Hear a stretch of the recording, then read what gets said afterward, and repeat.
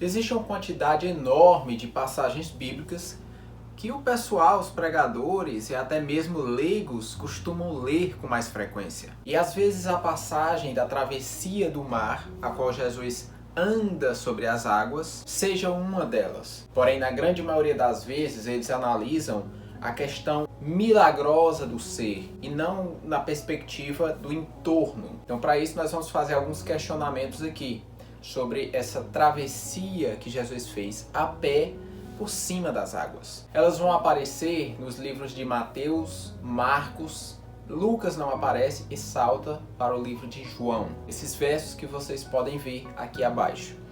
E há uma certa ligação, segundo estudiosos, com a calmaria que Jesus trouxe sobre uma tempestade, com essa travessia que ele fez a pé. Então esses estudiosos acreditam que pode ser que haja uma ligação, mesmo que não tenha cronologia nas escrituras. A palavra grega usada aqui para enviar os discípulos a outra margem é literalmente forçar. Então Jesus meio que forçou eles a ir para outra margem, esperá-lo lá. Enquanto Jesus estava ali, tinha multiplicado pães e ia despachar a multidão, enquanto enviou os discípulos e ficou só.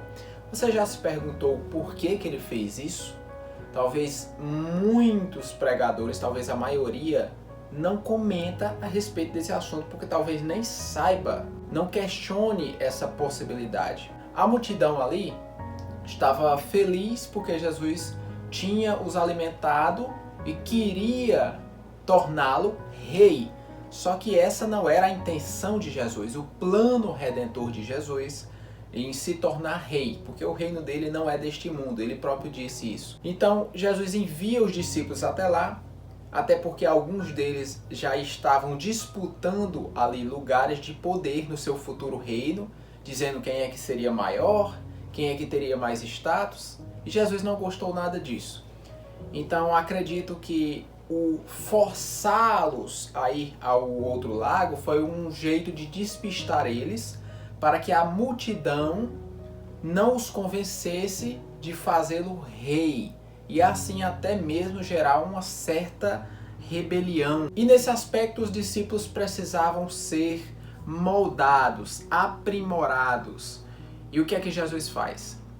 Ele provavelmente sabia que ia vir uma tempestade e mandou os discípulos para essa tempestade, não com o intuito de causar dano a eles, mas é às vezes na tempestade que nós aprendemos algumas lições.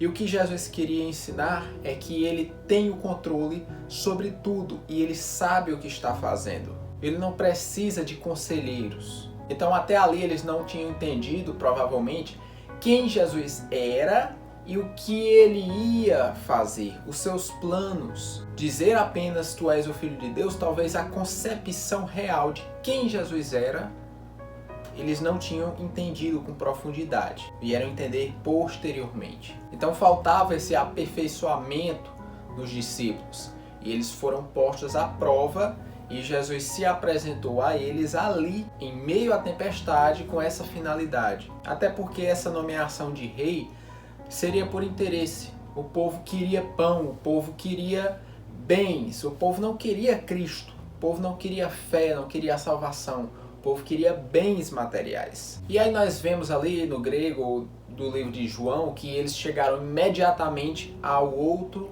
lado.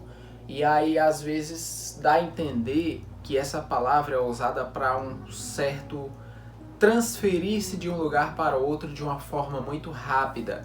E alguns críticos acabam crendo que seja uma espécie de teletransporte, o que também não pode ser, provavelmente. Essa aparição de Cristo foi por volta das 3 até as 6 da manhã, que é a última vigília da madrugada, segundo a contagem dos judeus. Então o que é que acontece? Jesus usa um termo que leva muito a entender a epifania de Deus. Ele diz, eu sou. Que nós vemos nas nossas Bíblias sou eu, mas sabemos que a colocação judaica é eu sou. E essa é a forma como Deus se apresenta no Antigo Testamento em suas aparições. É assim como ele se revela e se nomenclatura. E é aí que eu me pergunto, como é que os discípulos enxergaram Jesus em meio a uma tempestade e ainda numa madrugada? Havia sol da manhã, ou Jesus estava brilhando e foi por isso que eles acharam que era um fantasma. Pedro não duvidou de Jesus. Pedro não era um homem sem fé. Ele era apenas um homem com pequena fé, mas ele tinha fé. A expressão mais correta não é essa que aparece nos nossos textos, a qual Pedro diz, se és tu, permite que eu vá a teu encontro. Não, não é se és tu. É uma expressão mais afirmativa, mais segura, com mais fé. Ele quis dizer, uma vez que és tu, ou então já que és tu, deixa eu ir até o teu encontro. Pedro já sabia que era Cristo e já acreditava, mas a fé dele era pequena e o próprio Jesus o puxa quando está afundando e diz, homem de pequena fé. Algo bem interessante de dizer aqui é que Elias, Josué, Moisés, alguns do passado, eles atravessaram águas, mas não por cima delas. Elas precisaram se abrir. Até mesmo o povo de Israel passou por essas águas. Só que no livro de Jó e no livro de Salmos, coloca atribuições de Deus, a qual asseveram que somente Deus pode andar sobre as águas. Se você ler esses versos, você vai confirmar que Jesus cumpriu esse ato com uma das finalidades de dizer, eu sou. E você quer ver mais uma curiosidade? Os salmistas às vezes revelavam atributos que o Messias cumpriria no futuro.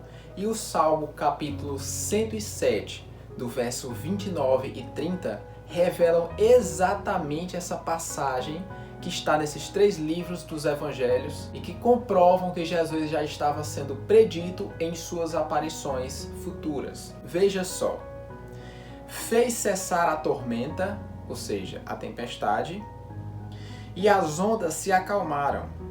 Então se alegraram com a bonança e assim os levou ao desejado porto. Diga agora você se isso é ou não é uma predição futura do que Jesus faria nesse evento. Essas e muitas outras coisas nós podemos tirar desse pequeno texto. E quem sabe outras mais que aconteceram e que talvez nunca saberemos em vida. Esses são pequenos trechos dos mistérios bíblicos e curiosidades a qual você pode não conhecer. Não deixe de curtir os nossos vídeos, comentar aqui abaixo, se inscrever no canal e apertar o sininho para seguir as notificações. Em caso de dúvidas, responderei com brevidade. Acompanhe os nossos últimos vídeos nos links que estão aqui abaixo na descrição desse vídeo. Hoje ficamos por aqui e nos vemos nas próximas gravações ainda essa semana.